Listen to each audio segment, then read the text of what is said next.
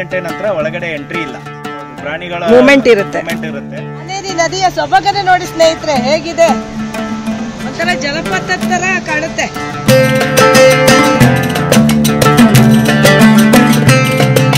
ನೋಡಿ, ಅಲ್ಲಿಂದ ಮೇಲೆಯಿಂದ ನಡ್ಕೊಂಡು ಬಂದ್ವಿ. ಇಲ್ಲಿ ಎಲ್ಲ ಶಿಲೆಗಳ ಮಾಹಿತಿಯನ್ನ ಓದ್ತಾ ಇಲ್ಲಿ ಕೆಳಗಡೆ ಬಂದ್ವಿ. ಜಗತ್ತಿನ ವಿಸ್ಮಯಕಾರಿಗಳಲ್ಲಿ ಇದು ಒಂದು. ಹೌದು, ಕರ್ನಾಟಕದಲ್ಲಿ ನೋಡ್ಲಿಕ್ಕೆ ಸಿಗೋದು ಇಲ್ಲಿ ಮಾತ್ರ ಅಲ್ವಾ?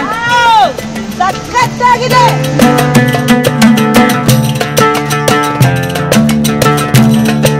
ಅದು ಈಸಿಯಾಗಿ ಇಳಿದ್ವಲ್ಲ, ಈಗ ಹತ್ಲಿಕ್ಕೆ ಈಗ ನೋಡಲ್ಲಿ ಹೇಗೆ ಕಾಣುತ್ತೆ, ಸ್ಟೀಪ್ ಹೀಗೆ ಕಾಣುತ್ತೆ ಅಲ್ಲ, ಬೇಕಾದ್ರೆ ಗೊತ್ತಾಗ್ಲಿಲ್ಲ.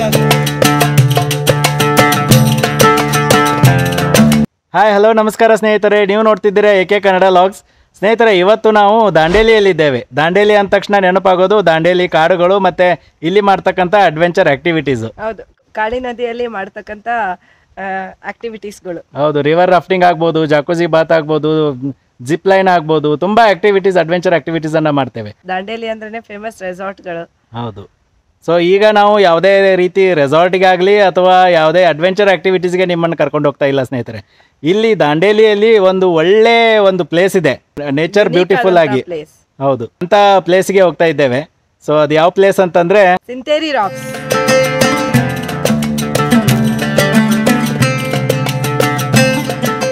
ದಾಂಡೇಲಿ ಅಂದ್ರೇನೆ ನೆನಪಾಗೋದು ದಟ್ಟ ಅರಣ್ಯ. ಕಾಳಿ ಟೈಗರ್ ರಿಸರ್ವ್ ಇದು. ಕಾಳಿ ಟೈಗರ್ ರಿಸರ್ವ್ ನ ಸರೌಂಡಿಂಗ್ ಏರಿಯಾಸ್ಗಳಿವು. ಅದ್ರ ಮಧ್ಯದಲ್ಲಿ ನಾವು ಇವತ್ತು ಹೋಗ್ತಾ ಇದೀವಿ. ಆ ಪ್ಲೇಸ್ ಬರೋದೇ ಅದ್ರ ಮಧ್ಯದಲ್ಲೇ ಇದೆ. ಹೌದು, ಹಾಗೇನೆ ದಾಂಡೇಲಿ ಅಲ್ಲಿ ನೆನಪಾಗೋದು ಇನ್ನೊಂದು ಏನಂತಂದ್ರೆ ಪೇಪರ್ ಫ್ಯಾಕ್ಟ್ರಿ. ಹೌದು, ಪೇಪರ್ ಕಾರ್ಖಾನೆ. ಸೂಪರ್ ಡ್ಯಾಮ್ ಇದೆ ಇಲ್ಲಿ. ಹೌದು, ಸೂಪರ್ ಡ್ಯಾಮ್ ಇದೆ. ಆಮೇಲೆ ಹತ್ರದಲ್ಲೇ ದಾಂಡೇಲಿ ಎಂಟ್ರೆನ್ಸ್ಗೆನೆ ನಿಮಗೆ ಒಂದು ಮೊಸಳೆ ಪಾರ್ಕ್ ಕೂಡ ಸಿಗುತ್ತೆ. ಹೌದು, ಅದೇ ತರ ಇನ್ನೊಂದು ಇಲ್ಲೇ ಹತ್ರದಲ್ಲೇ ಉಳುವಿ ಚನ್ನಬಸವೇಶ್ವರ ದೇವಸ್ಥಾನ ಇದೆ. ಹೌದು. ಸೊ ನೀವೇನೋ ಇಲ್ಲಿ ಸಿಂತೇರಿ ರಾಕ್ಗೆ ಬರ್ಬೇಕಂತಂದ್ರೆ ಅಲ್ಲಿ ಉಳುವಿಗೆ ಹೋಗ್ಲಿಕ್ಕೆ ಒಂದು ಮಾರ್ಗದ ಬರುತ್ತೆ.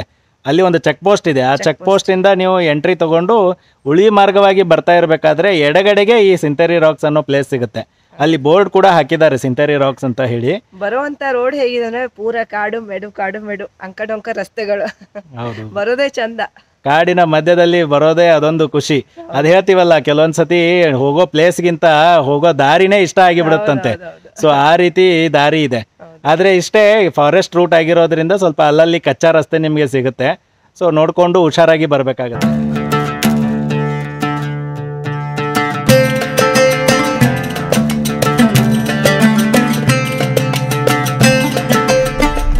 ಇಲ್ಲಿ ನೋಡಿ, ಒಂದು ಉಳುವಿ ಗೇಟ್ ಹತ್ರ ಒಂದಿದೆ ಅಲ್ವಾ?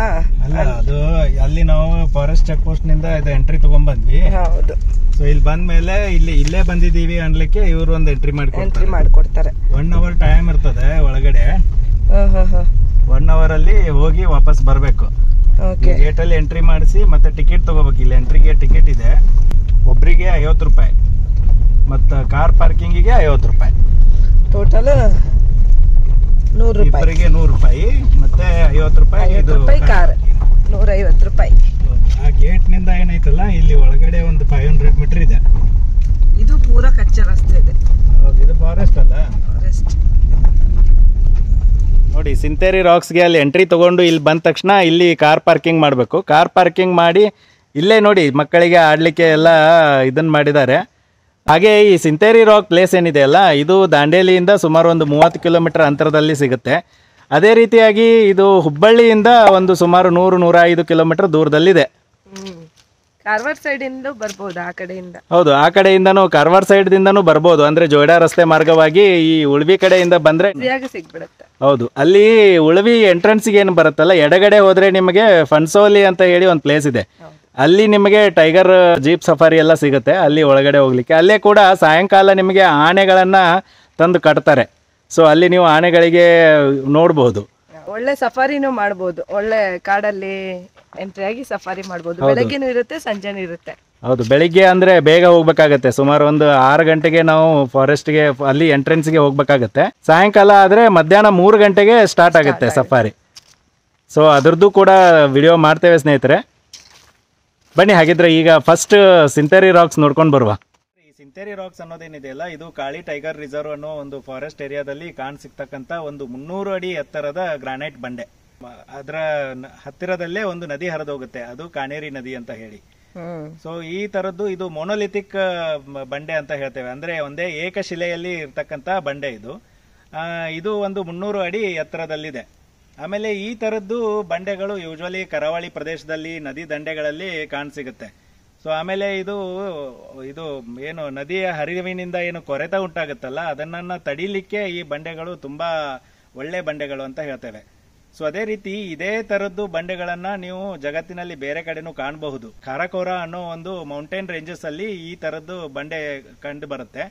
ಸೊ ಗ್ರೇಟ್ ಟ್ಯಾಂಗೋ ಅಂತ ಹೇಳಿ, ಹೌದು, ನೀವು ಗೂಗಲ್ ಅಲ್ಲಿ ಸರ್ಚ್ ಮಾಡಿದ್ರೆ ಸಿಗುತ್ತೆ. ಗ್ರೇಟ್ ಟ್ಯಾಂಗೋ ಅಂತ ಹೇಳಿ ಅದು ಅತಿ ಎತ್ತರವಾದಂತ ಬಂಡೆ ಅಂತಾನೆ ಹೇಳ್ತಾರೆ ಇದೇ ತರದ್ರಲ್ಲಿ. ಹೌದು, ಇದೇ ತರದ್ದು ಗ್ರಾನೈಟ್ ಏನು ಪರ್ವತ ಶ್ರೇಣಿ ಇದೆ ಅಲ್ಲ, ಆ ಪರ್ವತ ಶ್ರೇಣಿಯಲ್ಲಿ ಇದು ಕಂಡು ಬರುತ್ತೆ. ಸುಮಾರು 1340 ಅಡಿ ಎತ್ತರದಲ್ಲಿದೆ ಅದು ಗ್ರೇಟ್ ಟ್ಯಾಂಗೋ ಅನ್ನತಕ್ಕಂಥದ್ದು. ಮತ್ತೆ ಇಲ್ಲಿ ಸಿಂಥೆರಿ ರಾಕ್ಸ್ ನಾವೇನೀಗ ನೋಡ್ತಾ ಇದ್ದೀವಲ್ಲ, ಸಿಂಥೆರಿ ರಾಕ್ಸ್, ಇದರಲ್ಲಿ ಅಲ್ಲಲ್ಲಿ ಗುಹೆಗಳ ನಿರ್ಮಾಣ ಆಗಿದೆ. ಆ ಗುಹೆಗಳ ಒಳಗಡೆ ಪಾರಿವಾಳಗಳು ತಮ್ಮ ಆಶ್ರಯವನ್ನ ಪಡೆದಿದ್ದಾವೆ. ಅದೇ ರೀತಿ ಕಲ್ಲು ಜೇನು ನೊಣಗಳಂತ ಏನ್ ಹೇಳ್ತೀವಲ್ಲ, ಜೇನು ಗೂಡುಗಳು ಅಲ್ಲಿ ಕಟ್ಟಿವೆ. ಹಾಗಾದ್ರೆ ಕರಡಿಗಳು ಇರ್ಬೋದಲ್ಲ? ಹೌದು, ಈ ಟೈಗರ್ ರಿಸರ್ವ್ ಫಾರೆಸ್ಟ್ ಏನಿದೆ ಅಲ್ಲ, ಈ ಫಾರೆಸ್ಟ್ ಅಲ್ಲಿ ಕರಡಿಗಳಿದ್ದಾವೆ, ಆಮೇಲೆ ಕೆಲವೊಂದು ಚಿರತೆಗಳಿದ್ದಾವೆ, ಅದೇ ರೀತಿ ಹುಲಿಗಳಿದ್ದಾವೆ, ತುಂಬಾ ಕಾಡು ಪ್ರಾಣಿಗಳಿದ್ದಾವೆ. ಅದಕ್ಕಾಗಿ ಇಲ್ಲಿ ಫಾರೆಸ್ಟ್ ಚೆಕ್ ಪೋಸ್ಟ್ ಅಲ್ಲಿ ಎಂಟ್ರೆನ್ಸ್ ಸಾಯಂಕಾಲ 6 ಗಂಟೆ ನಂತರ ಒಳಗಡೆ ಎಂಟ್ರಿ ಇಲ್ಲ. ಓಕೆ, ಪ್ರಾಣಿಗಳ ಮೂವ್ಮೆಂಟ್ ಇರುತ್ತೆ, ಅದಕ್ಕಾಗಿ ಎಂಟ್ರಿ ಕೊಡೋದಿಲ್ಲ. ಅದೇ ರೀತಿಯಾಗಿ ಆಮೇಲೆ ಇದು ಏನು ನೀವು ಸಿಂಥೆರಿ ರಾಕ್ಸ್ ಅಂತ ಹೇಳಿ ನೋಡ್ಲಿಕ್ಕೆ ಬರ್ತಿರಲ್ಲ, ಇದರಲ್ಲಿ ಈ ಗ್ರಾನೈಟ್ ಕಲ್ಲುಗಳದ್ದು ಅಲ್ಲಿ ಕಂಡು ಬರುತ್ತೆ. ನಿಮಗೆ ಗೊತ್ತಾಗುತ್ತೆ, ಬಿಳಿ ಬಿಳಿ ಸ್ಟೆಪ್ ಬೈ ಸ್ಟೆಪ್ ಅದು ಲೇಯರ್ ಇದೆ. ಸೊ ಆ ಗ್ರಾನೈಟ್ ಗಳನ್ನ ನಿಮ್ಗೆ ತೋರಿಸ್ತೇವೆ ಅಲ್ಲಿ ಒಳಗಡೆ. ಆಕ್ಚುಲಿ ಒಂದೊಂದು ಏರಿಯಾದಲ್ಲಿ ಒಂದೊಂದ್ ತರ ಕಲ್ಲುಗಳಿರ್ತವೆ. ಈಗ ಇಲ್ಲಿ ಬಾದಾಮಿ ಐಹೊಳೆಗೆ ಹೋದಾಗ ಒಂಥರ ಮರಳು ಶಿಲೆಗಳು, ಅಂದ್ರೆ ಒಂಥರ ಕೆಂಪು ಕಲ್ಲು, ಸ್ಯಾಂಡ್ ಸ್ಟೋನ್ಸ್. ಅಲ್ಲಿ ಬಾದಾಮಿ ಗುಹೆಗಳು ಅದು ಒಂಥರ ಬೆಣ್ಣೆ ತರ ಇದ್ದ. ಹೌದು. ಸೊ ಕೊರಿಲಿಕ್ಕೆ ಎಲ್ಲ ಶಿಲ್ಪಗಳನ್ನ ಮಾಡ್ಲಿಕ್ಕೆ ಅದು ತುಂಬಾ ಒಳ್ಳೆ ಕಲ್ಲುಗಳಂತ. ಬಾದಾಮಿ ಆಗಿರ್ಬೋದು, ಐಹೊಳೆ ಆಗಿರ್ಬೋದು, ಮತ್ತೆ ನಮ್ಮ ಇದರಲ್ಲಿ ಪಟ್ಟದ ಕಲ್ಲು, ಆಮೇಲೆ ಹಂಪಿ, ಆ ಕಡೆ ಅದೇನ್ ರೇಂಜ್ ಇದೆ ಅಲ್ಲ, ದಖನ್ ಪ್ರಸ್ಥಭೂಮಿ ಅಂತ ಹೇಳ್ತೀವಲ್ಲ, ಅಲ್ಲಿ ಸಿಗ್ತಕ್ಕಂತ ಕಲ್ಲುಗಳು ಮರಳು ಕಲ್ಲುಗಳು ಅಂತ ಹೇಳ್ತೇವೆ. ಇದು ಕರಾವಳಿ ಏರಿಯಾದಲ್ಲಿ ಬೇರೆ ಟೈಪ್. ಹೌದು, ಕರಾವಳಿಯಲ್ಲಿ ಕಪ್ಪು ಬಂಡೆಗಳು. ಬನ್ನಿ, ಹಾಗಿದ್ರೆ ಹೀಗೆ ನಡ್ಕೊಂಡು ಹೋಗ್ಬೇಕಾಗತ್ತೆ. ಒಂದು 200-300 ಮೀಟರ್ ಕೆಳಗಡೆ ಹೋದ್ರೆ ನಿಮಗೆ ಸಿಂಥೆರಿ ರಾಕ್ಸ್ ಅನ್ನೋ ಒಂದು ಪ್ಲೇಸ್ ಸಿಗುತ್ತೆ. ಅದ್ಭುತವಾಗಿದೆ ಸ್ನೇಹಿತರೆ, ಬನ್ನಿ ಹೋಗೋಣ. ಮತ್ತೆ ಇದು ಸಿಂಥೆರಿ ರಾಕ್ ಪ್ಲೇಸ್ ಏನಿದೆಯಲ್ಲ, ಇದು ಎಕೋ ಡೆವಲಪ್ಮೆಂಟ್ ಕಮಿಟಿ ಅವರಿಂದ ಮೇಂಟೆನೆನ್ಸ್ ಆಗುತ್ತೆ, ಡಿಪಾರ್ಟ್ಮೆಂಟ್ ಆಫ್ ಫಾರೆಸ್ಟ್ ಇಂದಾನೆ. ಇಲ್ಲಿ ಒಂದು ಸಣ್ಣ ಶಾಪ್ ಕೂಡ ಇದೆ. ಸೊ ಸ್ನ್ಯಾಕ್ಸ್ ಐಟಮ್ಸ್ ಎಲ್ಲ ತಗೋಬೋದಲ್ಲ ಇಲ್ಲಿ. ತಿನ್ಲಿಕ್ಕೆ ಏನಾದರೂ ಸಿಗುತ್ತಾ? ಏನಾದರೂ ಈ ಥರ ಸಮೋಸ, ಕಚೋರಿ ಆ ಟೈಪ್ ಇಲ್ಲ. ಸೊ ಹಾಗೆ ಸ್ನ್ಯಾಕ್ಸ್ ಥರ ಒಂದಿಷ್ಟು ಬಿಸ್ಕಿಟು, ಆಮೇಲೆ ಚಿಪ್ಸು ಅದೆಲ್ಲ ತಗೋಬಹುದು. ಸೊ ಆ ಥರದ್ದು ಒಂದು ಅಂಗಡಿ ಇದೆ. ಸೊ ಹೀಗೆ ಮೆಟ್ಲು ಇಳಿದು ಹೋಗ್ಬೇಕಾಗತ್ತೆ. ಶಿಲೆಗಳ ಒಂದು ಮಾಹಿತಿಯನ್ನು ಇಲ್ಲಿ ಕೊಟ್ಟಿದ್ದಾರೆ ಅವರು. ಸೊ ಇದು ಡೈಕ್ ಶಿಲೆ ಅಂತ, ಅಗ್ನಿ ಶಿಲೆಗಳು. ಯಾವುದೇ ಶಿಲೆಗಳನ್ನು ಛೇದಿಸಿ ಬರುವ ಲಾವಾರಸವು ತಂಪಾಗಿ ಗಟ್ಟಿಯಾದಾಗ ಈ ಶಿಲೆಗಳು ಉತ್ಪತ್ತಿ ಆಗುತ್ತವಂತೆ. ಸೊ ಪುರಾತನ ಕಾಲದಲ್ಲಿ ಚಿನ್ನ ಅರಿಯಲು ಈ ಶಿಲೆಗಳನ್ನು ಯೂಸ್ ಮಾಡ್ತಿದ್ರಂತೆ. ಈಗ ನದಿ ಹರಿವು ಜಾಸ್ತಿ ಇದೆ ಕಾಣ್ಬೇಕು, ಅದಕ್ಕೆ ಬೋರ್ ಗರಿತಾ ಇದೆ. ಹೌದು, ನದಿಗೆ ಇಳಿಬಾರ್ದು, ಅಲ್ಲಿ ಮೊಸಳೆಗಳು ಕೂಡ ಇದ್ದಾವಂತೆ. ಇನ್ನೊಂದು ಕಾಳಿ ನದಿಯ ಮೈನ್ ಅಟ್ರಾಕ್ಷನ್ ಅಂದ್ರೆ ಕ್ರೊಕೊಡೈಲ್ಸ್. ಬಹಳ ಕ್ರೊಕೊಡೈಲ್ಸ್ ಇದೆ. ಇದು ನೋಡಿ, ಇಲ್ಲಿ ಒಂದು ಶಿಲೆ ಇದೆ. ಇದು ಸ್ತಂಭಾಕಾರದ ಆಂಡ್ಸೈಟ್ ಅಂತೆ. ಆಂಡ್ಸೈಟ್ ಅಂತಂದ್ರೆ ಇದು 6 ಭುಜಗಳುಳ್ಳ ಜಿನುಗು ಕಣಗಳನ್ನು ಹೊಂದಿರುವ ವೋಲ್ಕ್ಯಾನಿಕ್ ಅಗ್ನಿಶಿಲೆ. ಇದು ಕೂಡ ವೋಲ್ಕ್ಯಾನಿಕ್ ಅಗ್ನಿಶಿಲೆನೆ. ಚೆನ್ನಾಗಿದೆ, ಕೂತ್ಕೊಳ್ಳೋಕೆಲ್ಲ ನೈಸ್ ಪ್ಲೇಸ್, ಚೆನ್ನಾಗಿ ಮಾಡಿದ್ದಾರೆ ನೋಡಿ.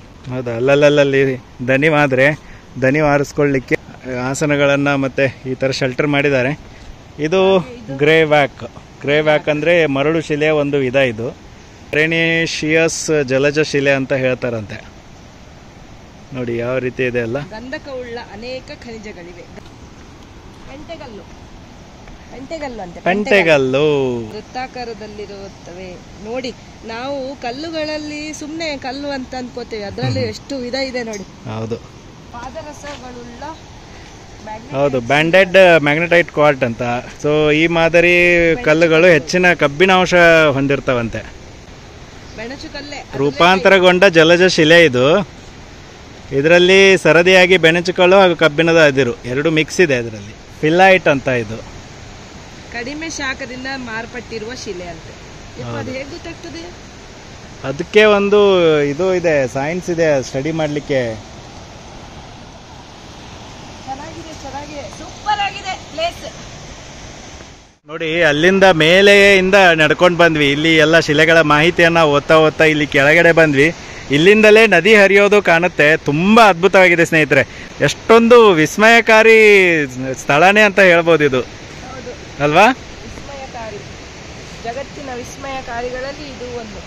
ಹೌದು, ಕರ್ನಾಟಕದಲ್ಲಿ ನೋಡ್ಲಿಕ್ಕೆ ಸಿಗೋದು ಇಲ್ಲಿ ಮಾತ್ರ ಅಲ್ವಾ? ಹೌದೌದು, ಅಷ್ಟು ದೊಡ್ಡ ಬಂಡೆ ಇದೆ ನೋಡಿ. ನಾವು ಇಲ್ಲಿಂದ ಕೆಳಗಿಂದ ನೋಡಿದ್ರೆ ಅದು 300 ಮೀಟರ್ ಹೀಗೆ ನೋಡ್ಬೇಕು ನಾವು ಮೇಲೆ. ಹೌದು. ಹಾಗೂ ಬೆಸ್ಟ್ ಟೈಮ್ ಯಾವಾಗಂದ್ರೆ ನಾವು ಸೆಪ್ಟೆಂಬರ್ ಟು ಒಂದು ಫೆಬ್ರವರಿ ತನಕ ಗುಡ್ ಟೈಮ್, ಯಾಕಂದ್ರೆ ನೀರಿನ ಹರಿವು ಚೆನ್ನಾಗಿರುತ್ತೆ.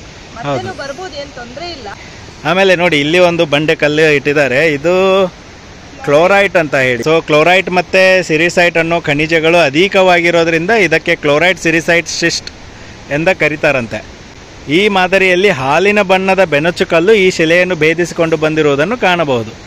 ಸೊ ಬೆನಚು ಕಲ್ಲುಗಳು ಅಲ್ಲಲ್ಲಿ ಮಧ್ಯದಲ್ಲಿ ಕಂಡು ಸಿಗುತ್ತೆ. ಈ ಕಲ್ಲಿನ ಮಧ್ಯದಲ್ಲಿ ನೋಡಿ, ಅಲ್ಲಿ ಬೆಳ್ಳಗೇನಿದೆ ಅಲ್ಲ, ಅದೆಲ್ಲ ಬೆನಚು ಕಲ್ಲು, ಲ್ಯಾಟರೈಟ್. ನಾವು ಸಣ್ಣವರಿದ್ದಾಗ ಹೈಸ್ಕೂಲಲ್ಲಿ ಓದಿದ್ದೇವೆ ಲ್ಯಾಟರೈಟ್ ಬಗ್ಗೆ. ಇದು ಉಷ್ಣವಲಯ ಹಾಗೂ ಹೆಚ್ಚಾಗಿ ಮಳೆ ಪ್ರದೇಶಗಳಲ್ಲಿ ಹಾಗೂ ಅನೇಕ ಕರಾವಳಿ ವಿಭಾಗದಲ್ಲಿ ಕಂಡುಬರುತ್ತದೆ. ಇಲ್ಲಿಂದ ನೋಡು ರಾಕ್ನ ಸೌಂದರ್ಯವನ್ನು ಸವಿಯೋಣ.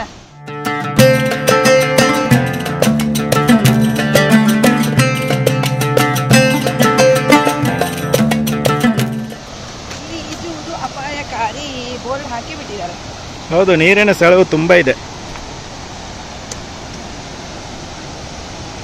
ಈ ಸೊಬಗು ಸವಿಲಿಕ್ಕೆ ಕುತ್ಕೊಂಡು ನೋಡ್ಲಿಕ್ಕೆ ಇಲ್ಲಿ ಕುಳಿತಲಿಕ್ಕೆ ಆಸನದ ವ್ಯವಸ್ಥೆ ಮಾಡಿದ್ದಾರೆ.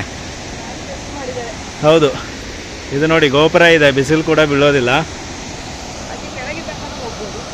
ಹೌದು, ಇಲ್ಲಿ ಕೆಳಗೇನೋ ಹೋಗ್ಬೋದು. ಕೆಳಗೊಂದು ವ್ಯೂ ಪಾಯಿಂಟ್ ಇದೆ.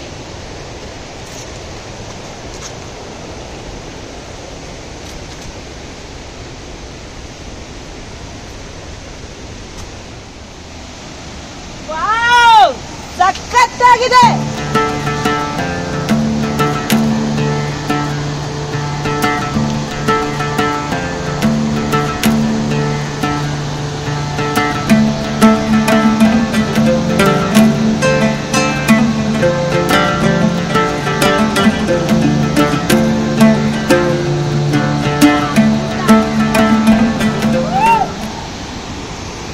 ಖುಷಿ ಆಯ್ತಾ?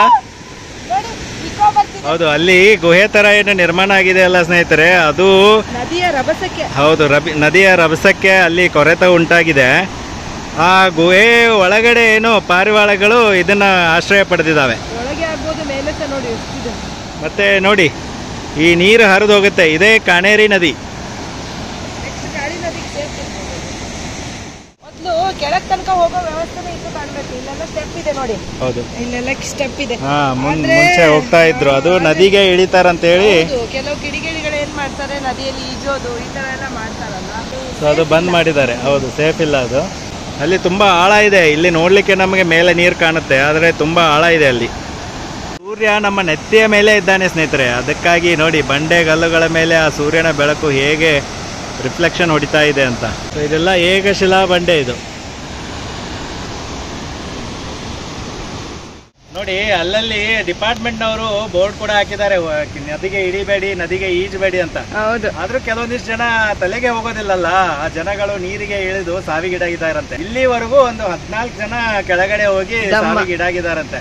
ಸೊ ಅದಕ್ಕೆ ಇನ್ನು ಮುಂದೆ ಬರೋರೆಲ್ಲ ಯಾರು ನದಿಗೆ ಇಳಿಬೇಡಿ, ಡೋಂಟ್ ಬಿಕಮ್ 15th ಅಂತ 15ದವ್ರು ಆಗ್ಬೇಕಾಗತ್ತೆ. ಸೊ ಅದೇ ರೀತಿ ಬೋರ್ಡ್ ಕೂಡ ಹಾಕಿದ್ದಾರೆ ನೋಡಿ, ಇಲ್ಲಿ ಡೋಂಟ್ ಬಿಕಮ್ 15th ಅಂತ, ಕೆಳಗೆ ಹೋಗುವುದು ಅಪಾಯಕಾರಿ ಅಂತ ಬೋರ್ಡ್ ಹಾಕಿದ್ದಾರೆ. ಹೌದು, ಅಂದ್ರೆ ಇಂಥ ಪ್ಲೇಸಿಗೆ ಬಂದ್ರೆ ಹೆಂಗಿರ್ಬೇಕಂದ್ರೆ ದೂರದಿಂದ ನೋಡ್ಬೇಕು, ಪ್ಲೇಸ್ಗಳನ್ನು ಚೆನ್ನಾಗಿ ಎಂಜಾಯ್ ಮಾಡಬೇಕು, ವಾಪಸ್ ಬರ್ಬೇಕು.